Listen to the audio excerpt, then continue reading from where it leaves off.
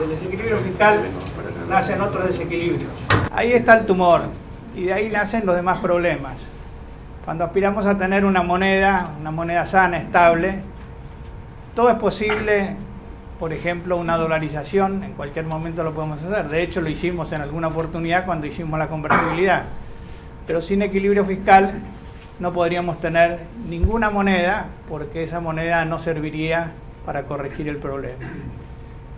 Acá estamos mirando qué es lo que ha sucedido en los últimos 3 años y también incorporé las metas a cumplir con el Fondo Monetario Internacional. El déficit primario, los intereses de la deuda pública y lo que se llama el déficit financiero, que es el que realmente importa, en por ciento del Producto Bruto Interno. Esta es la herencia recibida. A esto habría que sumarle provincias y municipios, lo cual nos hubiera llevado esta cifra alrededor de 7 puntos del producto. Inaceptable. Argentina no puede vivir con ese déficit fiscal porque absorbe la totalidad del crédito interno, que es bajo, no tenemos un mercado de capitales relevante, y tiene que recurrir al crédito externo. El crédito externo es deuda que crece, y en algún momento un país como la Argentina, que ha tenido más defaults que ningún otro, tiene el inconveniente que no le dan más. Y esto es lo que nos pasó apenas aparece un problema externo, como bien dijo Agustín. En este caso fue el aumento de la tasa y el flight to quality, o sea, los países emergentes comenzaron a sufrir eso, y de los países emergentes los que estaban en la primera línea de problemas, Argentina y Turquía, fueron los principales. El gobierno ha trabajado sobre el déficit primario, no ha logrado en su primer año sino aumentar el problema, pero en el segundo año, en el 2017, logró hacer una reducción y continúa haciéndola. ¿Es suficiente esto? Hay que mirarlo de este lado, porque esta partida de intereses está afectada por el aumento de la tasa de interés, no solo la internacional, sino la que tenemos que pagar nosotros como país emergente con problemas, que se refiere a lo que el mundo decide que Argentina tiene que rendir en sus bonos soberanos para poder colocarlos en el mercado internacional. O sea, la deuda crece porque tenemos un déficit que tiene que ser cubierto con deuda, parte con emisión, como bien lo dijo Aldo, y además crece el interés que tenemos que pagar sobre esa deuda. Entonces, esta partida es la que muestra un crecimiento que neutraliza en buena medida los esfuerzos que hacemos para reducir el déficit primario. Esto significa que estamos tomando deuda en términos netos, o sea que la deuda pública argentina sigue aumentando. Las metas con el fondo ponen el déficit primario en 0 en el año 2020, pero en el año 2020 vamos a tener que pagar intereses sobre la deuda pública acumulada y vamos a tener endeudamiento neto en una proporción nada desdeñable. Para la Argentina esto es un grave problema. De ahí que nuestra propuesta es revisar este curso de acción hacia el futuro a través de un programa más drástico de reducción del gasto público.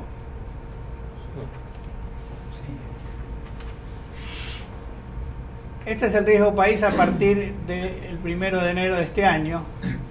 Había bajado, pero lo vemos ahora subir continuamente. Y en los últimos tiempos esta subida ha sido mayor. Ya estamos arriba de los 700 puntos básicos. O sea, nuestros bonos soberanos pagan 7% más de interés que los bonos del Tesoro americano. La tendencia está clara. Esto nos está marcando que hay un problema y ese problema tiene que ser resuelto.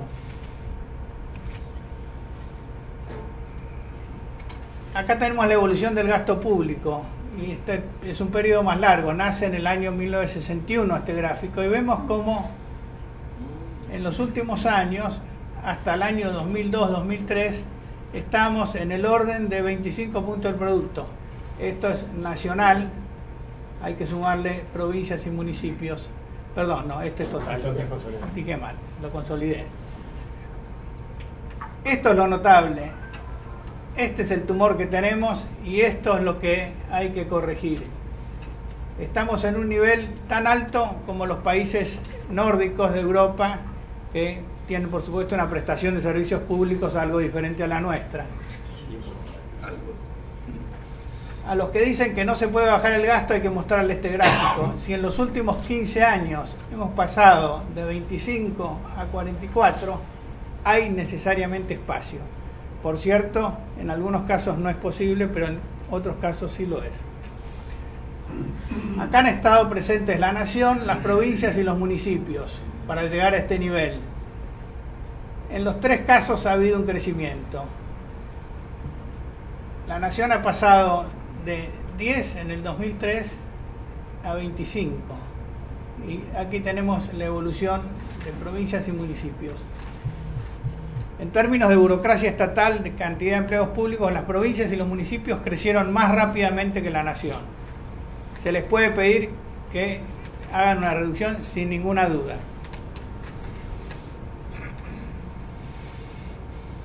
Para los que dicen de que el problema no es el gasto, sino que hay que aumentar los impuestos, incluso mucha gente postula que se baje la evasión, porque la evasión es grande, y que con eso ya tenemos resuelto el problema. En realidad hay que medir la sangría como lo que realmente se recauda versus el Producto Bruto Interno. Nosotros tenemos un nivel que está en una comparación internacional, por cierto, muy por encima de la región, que es esto de acá abajo, son países similares a al nuestro, y casi al mismo nivel si incluimos los municipios que los países más desarrollados. Este es el promedio de la OCDE. O sea, estamos cobrando impuestos como los países más desarrollados, estamos pagando y prestando servicios como los menos desarrollados. La comparación de alícuotas siempre da para la Argentina valores más altos que los de América Latina y que los globales. O sea, los impuestos en la Argentina son altos. También hay quien dice que, siguiendo la curva de Laffer, si bajamos las alícuotas, por ahí aumentamos la recaudación. Yo creo que no podríamos lograr nada importante en ese sentido, aunque algo se pudiera. Pero la verdad es que la evasión ha disminuido, hay que decirlo, porque hoy las tecnologías permiten controlar en mayor medida. La fuga de capitales hacia los mercados en donde es posible esconderlos ya no es tan fácil como antes. Hay interconexión de información. El blanqueo que se hizo al principio de este gobierno muestra que la gente ya teme tener dinero en negro, salvo algunos personajes que giran por ahí y que lo sacan con bolsos, pero ese es otro problema. En realidad, la eliminación de la corrupción ha contribuido a reducir el gasto, sobre todo el costo de la obra pública, pero eso no es suficiente en términos macro. Son cifras grandes, muy grandes, pero no resolverían el problema solamente corrigiendo eso. Estamos ante un círculo vicioso. Lo miramos de esta manera. La inversión es escasa. La esperanza que tuvo este gobierno cuando inició de que por este lado se produjera una reactivación y una respuesta del mundo favorable a resolver el problema no se logró. Bien lo explicó Aldo y Agustín cuáles son las razones. Yo diría, las razones son la alta presión impositiva, la inflación. Cuando no hay una moneda estable es muy difícil el cálculo de los negocios. La gente en el mundo rechaza a los países de alta inflación. Y tenemos un alto riesgo país, que es la posibilidad de que el país entre en default. O sea, la medida del riesgo país es la diferencia que hay que pagar intereses para los bonos. El prestigio internacional de este gobierno por el cambio que realizó pacíficamente de un gobierno populista a un gobierno racional sirve para muchas cosas, pero a la hora de la verdad, cuando alguien tiene que comprar un bono argentino en el mundo y pregunta, ¿esto me lo van a devolver?, es el analista económico, el analista de mercados el que da la respuesta, y esa respuesta la conocemos por los resultados. El alto riesgo país marca la evaluación que hacen los verdaderos analistas sobre la posibilidad de que ese bono no sea pagado en tiempo y forma. Tenemos el otro problema, que es el alto costo y el riesgo laboral. Hay otros problemas, yo no quise poner todos los que hay que corregir para modificar esta situación, pero cuando no hay inversión no se genera empleo privado, entonces es difícil transferir empleo público al sector privado y aparece el argumento de los planes sociales, social asistencialismo. En estos dos temas está escondido, y en otros también, la corrupción incluido, el crecimiento del gasto público que recién observamos.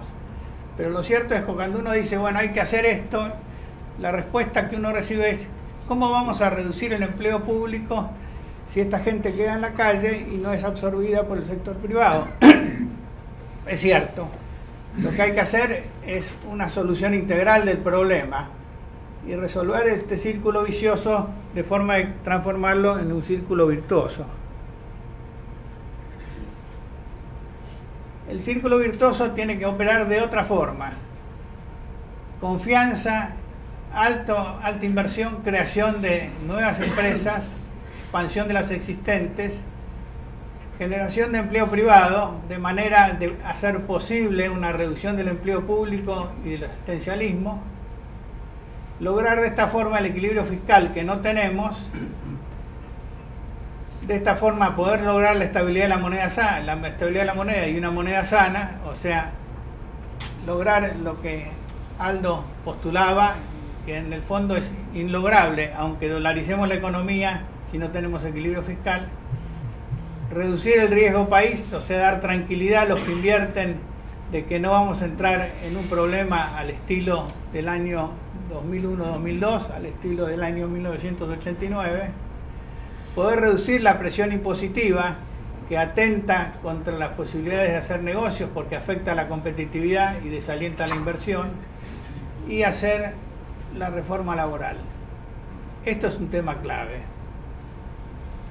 Quien viene al país y observa que por cada 100 pesos que paga de un salario tiene que pagar 180 o 200 y ese plus va a cubrir ineficiencia estatal o sistemas protectivos del trabajo y del desempleo, cuando sabe que cuando tiene un conflicto laboral el juez sentencia en favor de quien se lo hace, todo esto desalienta y impide que recuperemos. O sea, hay que trabajar básicamente aquí, lograr que esto funcione en el sentido positivo, bajar la presión impositiva, hacer la reforma laboral y otras reformas necesarias, incluyendo, por supuesto, la honestidad en el manejo de la cosa pública.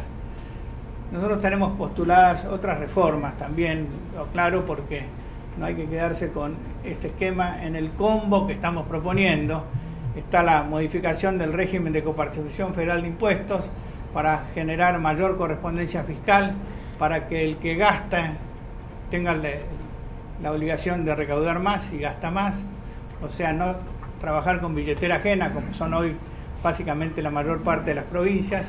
Esto ha sido crónico desde el año 1934 ahora, y cada vez las provincias tienen menos incentivos para gastar menos y gastar mejor. Pero estos son otros temas que no vamos a hablar hoy. Pero lo que sí quiero decir es que hay un trabajo que hacer acá. Y entonces, sí hacer lo posible. Esto es posible incluso para el Poder Ejecutivo Nacional sin pasar por el Parlamento. Tenemos una ley que lo permitiría, que solamente hay que corregirla. Esto requiere sin duda una modificación legal que va a ser resistida por el gremialismo, porque implica una pérdida de poder si queremos hacer una reforma al estilo chileno o al estilo brasilero. Esos dos países que son países vecinos la han hecho, y entonces es una desventaja comparativa que nosotros tenemos, además de la necesidad estructural de hacerlo. Bueno, ¿qué proponemos nosotros acá?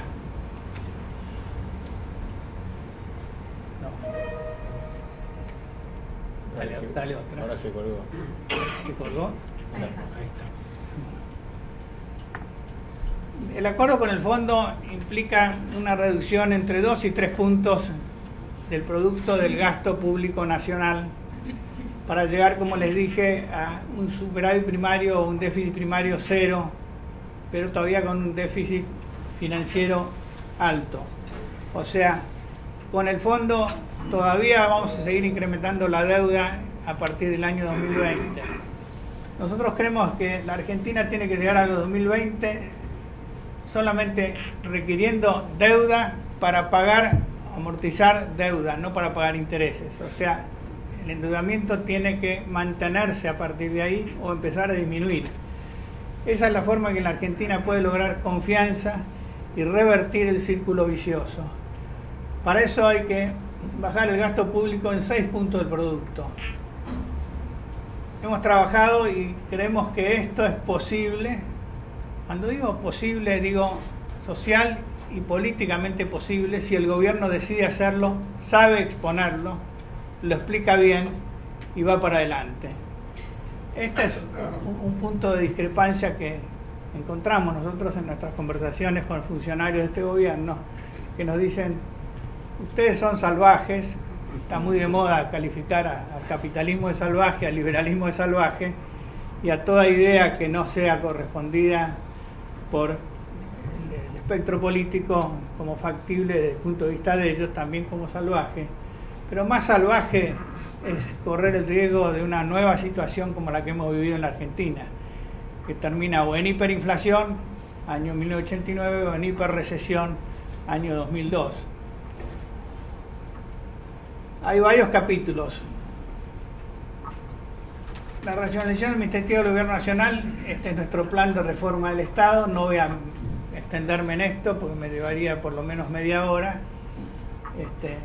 Les dije que para esto incluso no hace falta una ley que pase por el Congreso, porque existe una ley de fines de Menem que admite la racionalización administrativa y la pérdida de estabilidad del empleo público cuando se suprime el cargo. Y sobre esa base, con un rediseño de la administración, quedan suprimidos todos los cargos para cubrir un nuevo rediseño mucho más eficaz y mucho más reducido, manteniendo en disponibilidad a aquellos que salen de la nueva administración por un año, dice la ley. Nosotros proponemos que sea por 2 años, con una serie de incentivos para su reinserción en el sector privado, acompañando siempre esto con una reforma laboral que genere los incentivos necesarios para nuevas inversiones y crecimiento.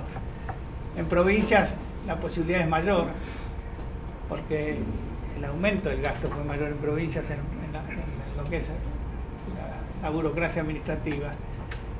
Planes sociales, es posible. Les recuerdo que en el año 2012 había 1 punto del producto dedicado a subsidios a familias, le hace planes sociales, en el año 2015, y actualmente hay 8 puntos del producto. Y esos planes sociales están canalizados en una gran medida a sectores que no necesitan el plan social o que pueden vivir sin él y que tienen una situación distinta a la que tenían cuando en la emergencia económica del año 2002 muchos de estos planes sociales se incorporaron. Reducción de subsidios de energía y transporte, todavía hay 1 punto del producto remanente. Se trabajó bastante en energía, muy poco en transporte. Es más, con la inflación, los ajustes que se están haciendo al transporte no permiten ir reduciendo el subsidio. Esto está básicamente en la región metropolitana de Buenos Aires, se refiere a ómnibus y a colectivos, sistema de transporte motor y el ferrocarril. Las tarifas acá son las más baratas del mundo, sin ninguna duda.